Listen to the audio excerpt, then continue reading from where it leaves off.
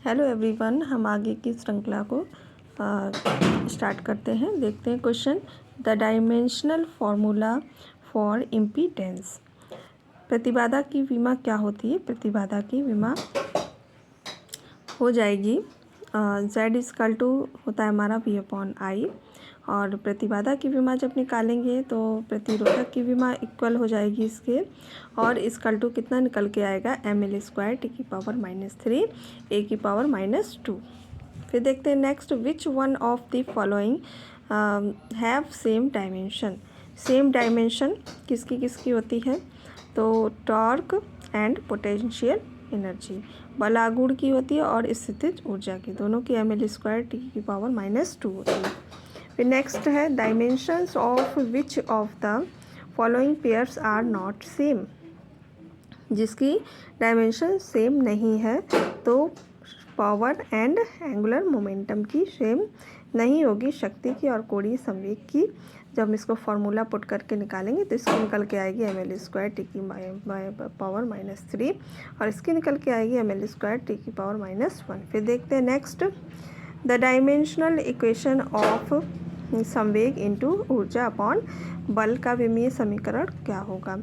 तो इसका निकालेंगे हम तो मोमेंटम की रखेंगे, एनर्जी की रखेंगे और फोर्स की रखेंगे। जब हम इसको सॉल्व कर देंगे तो ml² T इनवर्स निकल कर आ जाएगा। फिर देखते हैं नेक्स्ट।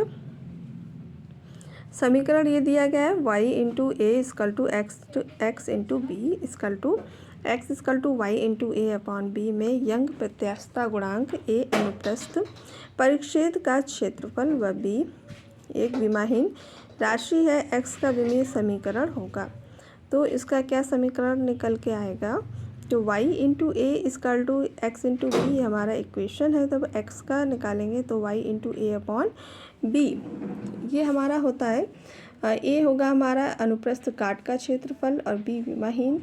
तो जब हम इसका ये फार्मूला लगाएंगे प्रतिबल अपॉन विकृति, और फिर हम इसमें जब ये पुट करेंगे और ये फिर हम जब सॉल्व करेंगे विमा पुट करेंगे और फिर निकल के आएगी ml⁻²। देखते हैं शक्ति का विमीय सूत्र है। शक्ति का विमीय सूत्र क्या होता है? ml² T⁻⁻3। फिर देखते हैं नेक्स्ट। यदि श्यानता गुणांक equal to ml inverse T inverse जहाँ V वेग A क्षेत्रफल T समय, तब बताइए निम्न में से क्या सत्य है? तो इसमें जब हम इसको सॉल्व करेंगे तो जिस भौतिक राशि की विमा श्यानता गुणांक के समान होगी, संबंध क्या होगा? सत्य होगा। तो फ्रेंड्स इसमें जब हम ये डायमेंशन निकालेंगे तो ये हमारी डायमेंशन एक भी समान नहीं है, तो हमारा आंसर क्या हो जाएगा? None of the. ठीक है। फिर देखते हैं नेक्स्ट। दिए गए संबंध P इक्वल टू A+X जहाँ P दाब है, X दूरी है और A/B की विमा पूछा है। तो इसमें कैसे विमा निकालेंगे? तो P इक्वल टू A+X/B, जब इसको A/B कर लेंगे, यहाँ X/B कर लेंगे, फिर A/B की जब हम निकालेंगे तो इक्वल P हो जाएगा। P इक्वल होता है हमारा F/A। F की रखेंगे डायमेंशन, A की रखेंगे, कट कर दें ml⁻² T⁻⁻2। देखते हैं नेक्स्ट। यदि A और B गैर शून्य सदिश हैं, जो A+B मैग्नीट्यूड दिया है और इक्वल टू मैग्नीट्यूड A-B का संबंध मानते हैं, तो उनके बीच का कोण क्या होगा?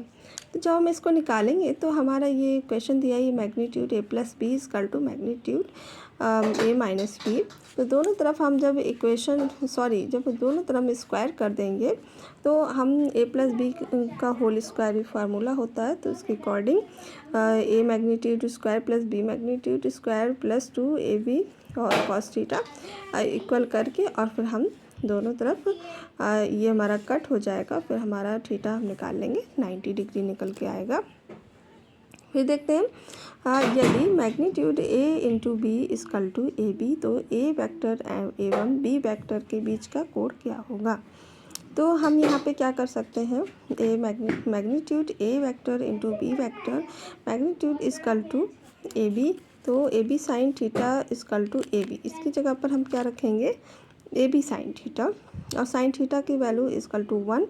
और फिर ये हम इसको जब कट करेंगे, कट नहीं सॉरी यहाँ पर कट नहीं करेंगे, यहाँ पर इसकी वैल्यू हम निकालेंगे थीटा की, तो हमारा π/2 आ जाएगा। फिर देखते हैं नेक्स्ट, ये 3 सदिश हैं, ए वेक्टर, बी वेक्टर तथा सी वेक्टर एक ही तल में तभी होंगे जब, तो यहाँ पे कौन से हैं जो एक ही तल में होंगे, ये हमारे ऑप्शन दिए हैं।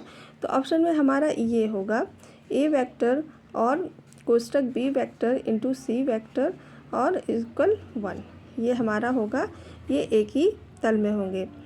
ए vector कोष्टक B vector into C vector किन्हीं 3 सदिशों ए बी सी के एक तलीय होने की ये क्या है, शर्त है फ्रेंड्स, ये फार्मूला ही होता है। फिर देखते हैं, if R vector equal to X I cap plus Y J cap plus Z K cap है तो डाइवर्जन आर वेक्टर का मान होगा। तो हम इसको कैसे डाइवर्जन ये निकालेंगे, ये गिवन दिया है R equal to, and we know that यहाँ पर हम निकालेंगे del upon del X I cap plus del upon del Y J cap plus del upon del Z K cap. और यहाँ पर हम जब निकालेंगे हम इसको, ये इक्वेशन यहाँ पर हम रख देंगे, पुट कर देंगे आर की जगह पर, डेवर की जगह यहाँ पर डेल की जगह पर क्या रखेंगे, डेवर अपॉन डेवर एक्स, ये पूरी इक्वेशन, और आर की जगह पर ये इक्वेशन। और फिर जब हम इसका डिफरेंशिएट करेंगे तो क्या निकल के आएगा, 1 + 1 + 1 = 3 आ जाएगा। फिर देखते हैं नेक्स्ट, निम्न में से कौन सा एक 3 सदिशों ए वेक्टर बी वेक्टर सी के एक ही तल में होने की शर्त नहीं है।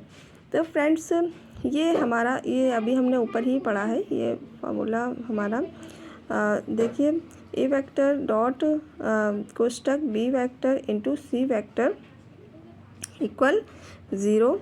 और फ्रेंड्स ये डॉट दिया है यहाँ पर, और यहाँ पर बी क्वेश्चन बी देखते हैं, बी में कह रहा है ए वेक्टर मल्टीप्लाई और कोष्टक B vector multiply C vector equal to 0, और सी इतना दिया गया है एंड डी ये मैग्नीट्यूड दिया गया है, तो इसमें हमारा बी होगा।